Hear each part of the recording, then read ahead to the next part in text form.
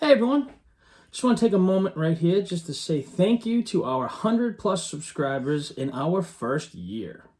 We started this on a whim and had no idea and still have no idea what we're doing, where we're going. But I'm glad that you guys have come along on the journey with us. And for that, we are very thankful. So for the upcoming year, we hope you and your family have a prosperous year. And for us, we're going to hope to keep on entertaining you. Until next time. We'll see ya.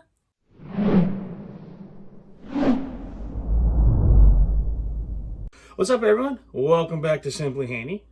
I hope everyone had a wonderful holiday and New Year's, and welcome to 2023. Now, some of you may know we have been subscribing to a EveryPlate box. Well, guess what? Katie's been yelling at me, telling me that they are super simple and easy to do. So this time, I'm going to be doing one. So since Katie's been saying that they've been super easy, I decided to do the peanut butter French toast.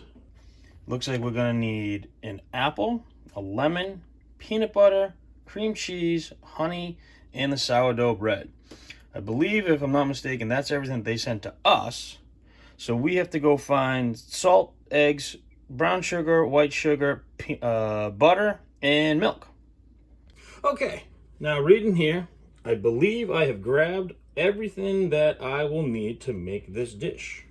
So it's saying that we needed all this stuff that I pointed out earlier, and I believe this is it. We got the 6 cream cheeses, we got the 6 sourdoughs, we got peanut butter, we got white sugar, we got brown sugar. I grabbed some bowls and pans because probably going to need them, and hunting for them when things are burning, it's probably not going to be a good thing. And there's the peanut butter with some eggs, apples, and a lemon that kind of looks like one of my kids' cutie oranges. Alright, so according to the directions, I have now washed and dried my produce, and now it's time to cut it into squares or cubes and to quarter the lemons.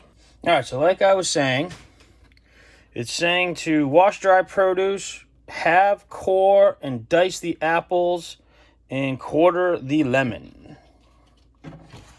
So I'm going to cheat because we got one of these bad boys.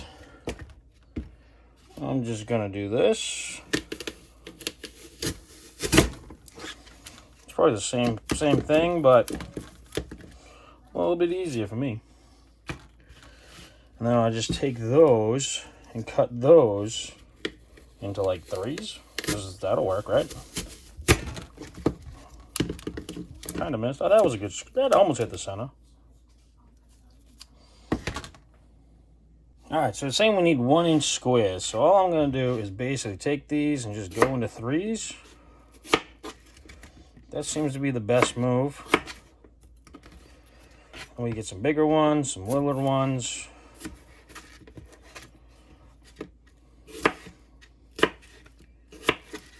Okay, that was a 4, whatever. Okay, now that the apples are all diced, we got to take the lemon and quarter it. So I'm guessing that just means go down the middle, like so, like so, and like so. All right, and with that done, we have done step 1. On to step 2. All right, step 2 says, place apple in a 1/4 cup of water in a small pot over medium heat, bring to a simmer, then cover and reduce heat to low. Stir occasionally until apples have softened for about 15 to 20 minutes. Then I'm assuming we add a tablespoon of brown sugar, or 2 because we are the 4-pack, a big squeeze of lemon juice, and a small pinch, and then we're going to mash it all together with a potato masher until the mixture is almost smooth. It does say, though, that chunks are okay. So we need a 1/4 cup of water, which is this. I grabbed bottled water because our tap water, I'm not sure like your house, is kind of not that great sometimes. So there's no need to do that. And here's my little saucepan. So we'll add that in. All right. And then we're going to add all the apples in. I just found this thing, whatever this thing is, so I'm going to use it as a scooper because I think that's what it's for. So then, take all these. In they go. I don't know why I'm using this. I could just use my hands. Seems like I'm just making a mess. Knocking things over. Okay, this thing's out of the way. All right, now they are all in the pan. Now we have to put it on medium heat, let it simmer. All right, let's do medium heat. That looks about right. And we'll take the pan, put it on the medium heat, and let it go for about 15 to 20 minutes, I hope. Okay, now that the apples are cooking, simmering, doing their thing, on to step number 3. Look at us. It's amazing what we can do. Now this says while the apples are cooking, place peanut butter, cream cheese, and a full tablespoon, because we are the 4-pack again, in a small microwave-safe bowl. Microwave until softened, probably 30 seconds, and whisk until smooth, and then put it somewhere else. Okay, make sure that we are stirring the the apples every once in a while, just because it said to keep them, want to keep them moving so that way you don't just cook the bottom ones, I'm assuming. All right, so grab your microwave-safe bowl, grab your peanut butter. Is there an opening in this thing? No, we're just gonna rip it and go for it, huh? Okay.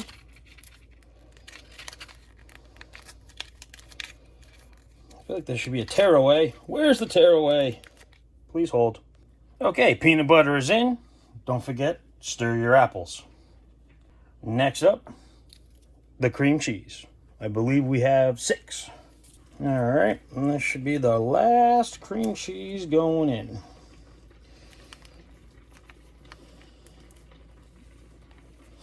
Perfect. Get off there. Now we need the white sugar, and we need a tablespoon. I'm hoping this is a tablespoon, not a teaspoon. And we'll just pour it in. Give a little shake. Here we go. Oh yeah. Now, am I supposed to do one that I do in my coffee? Because, yeah, that's a big difference. I'm going to say that's enough. Pour that in. Okay, so I just put this in the microwave for 30 seconds. Kind of looks soft. It's jiggly, kind of like me. Then we got to grab our whisk, and we whisk until it is smooth. Still whisking. Getting better, though. It's getting better. All right, I'm going to say that this is the consistency that they were looking for. So we'll take this out. And I think we are on to step 4, but also back to step 2, because I think the apples are almost done. Well, if you can hear that, and that sounds like the timer, then it's time to mash, add the brown sugar, and put a big squeeze of lemon into it. All right, the brown sugar's in. Now we squeeze the lemon juice. That's 1. That's 2. And 3. Oh yeah, big squeezes, big squeezes. And the 4th one going in. All right. Now, I believe we mash and put on the low heat and put a cover on it. All right, take our potato masher.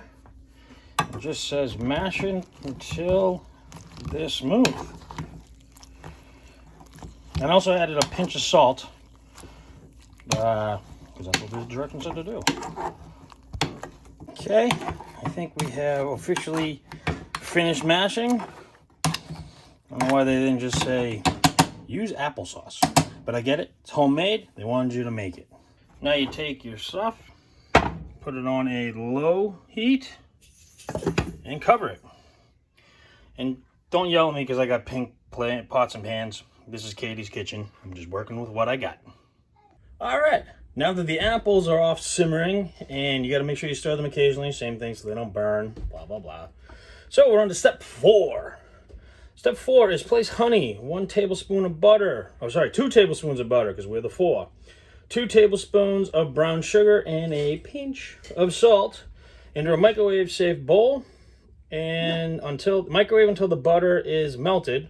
Again, 30 seconds. Microwave-safe bowl,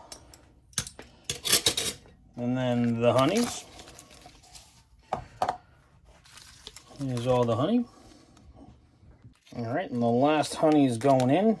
They were nice to us. They gave us the perforated edges. Squeeze all that in. Now, I'm not sure where this honey comes from or what kind it is. It's just what they supplied. And we need 1, 2 tablespoons of brown sugar. All right, now it says 1 tablespoon of butter. Hey, look at that. It actually tells you where to cut. Who knew? Well, probably all you guys did, but I didn't. Cut that. There we go. Bring your bowl back in. Get the butter out of there. And kaplunk. And miss. And boink. Now that we have all those in there, we take it to the microwave for another 30 seconds and stir and combine. And 30 seconds later, we have this. Now they say to stir combined. I'm just gonna do this. I don't know if this is what they meant. That's what I'm doing. And then it looks like, ooh, this looks like it's gonna be the drizzle that we put on it. It looks like it's getting nice and thick. Then they say do this and then set aside. Now that we have combined the brown sugar, honey, and butter and set that aside, along with the peanut butter concoction we made earlier, brought in my trusty sidekick here to help, well, with the cleanup. But also, it's time for step 5. I can't believe we made the 5. This says, in a large bowl, whisk together 1 cup of milk, 2 eggs, 1.5 tablespoons of white sugar, and a pinch of salt. And for the 4 servings, that's 2 eggs. Sorry, that's 2 cups of milk, 4 eggs, and 3 tablespoons of sugar. Then we melt the tablespoon of butter in a large, preferably non-pan, or non-stick pan, I can read. Working in batches, we're going to do 2 slices at a time. And we will then take the milk mixture, putting the bread in 2 or 3 times. Allow for excess to drip off, and then add it to the pan. Brown until golden. If we start to notice that they are browning too quickly, you then turn the heat down, because obviously you're cooking with too much fire. I know how that is. So first off, we add 2 cups of milk.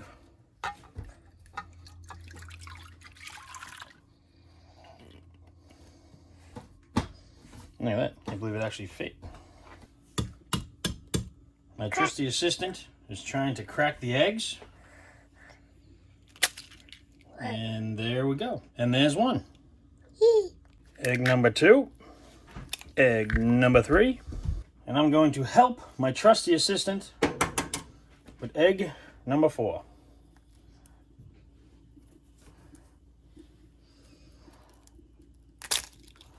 Okay, now that we have picked out the crushed eggs out of the batter, or coating for the French toast, we now, each time we do a 2-pack, because each of these come in a 2-pack, we will put 1 tablespoon of butter, soak the bread, put it into the pan.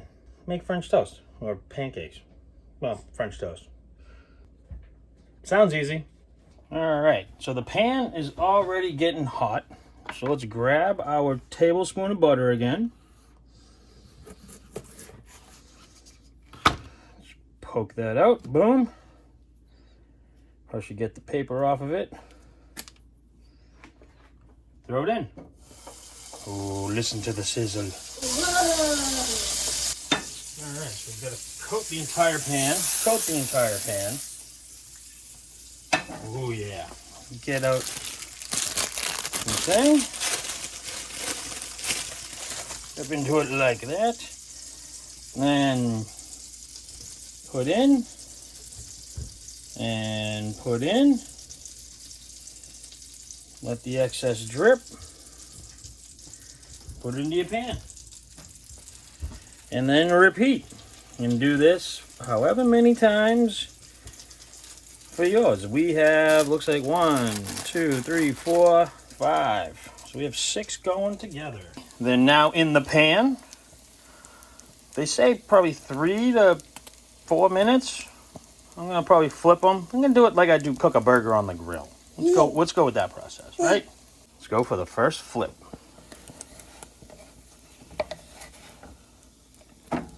Ooh, look at the golden brown. And that, oh yeah. Now we can just eat more crunchy stuff. You want to eat the crunchy stuff? Yeah. All right. We're just waiting for the last 2 pieces to finish up. Figured I'm not going to waste the eggs, so I found some peppers and onions, so that way we can mix it in and find some cheese. That way the eggs don't go to waste either. We're finally on to step number 6. The time we finally get the plate and start to eat. So now we take 8 pieces. Oh, 2 pieces, stack them on top of each other, put on the spread, put on the apples, and then drizzle on the brown sugar honey. So it says take 2 pieces, put this stuff on them. Ooh, I don't know if we're supposed to be generous or what. So we'll just kind of spread it on like butter, I guess. Looks good. Another piece on top. Spread it on. And we finally get to use this stuff. Take it off. Ooh, look at that. That looks really good. Now this has just been simmering on the stove. I have turned it off a couple times just because I wasn't sure if it was going to burn. Just take a couple tablespoons of that, spread it on like so. Oh, look at that. Next, we take this. Now they did say if this gets hard to just put it back in the microwave for 10, maybe 20 seconds, depending on your microwave, to get it back into drizzle mode. 2 scoops, get it all nice. Now that that's all done, I'm going to plate the rest of them, and let's see what the verdict is. Here's my plate. I got a little bit of the eggs because, like I said, I wasn't going to waste them. Katie looks like she's cutting into hers. Liam's first bite. What do you got? We got a thumbs up. Annabelle's first bite. She likes it. And for Katie, we got an ooh. That's good. It's like caramelly. All right, my time. Let's see. Ooh. I would say that's really good. If you like apples with the peanut butter. And Katie's right, there is a little hint of caramel. Not sure where that came from, but it's there. So I guess Katie's right that pretty much anybody can cook one of these. I mean, I'm not going to be tipping my hat to say that I want to cook any more of these, but it does look like they are pretty simple to cook with. You can do it. So until next time, we'll see ya.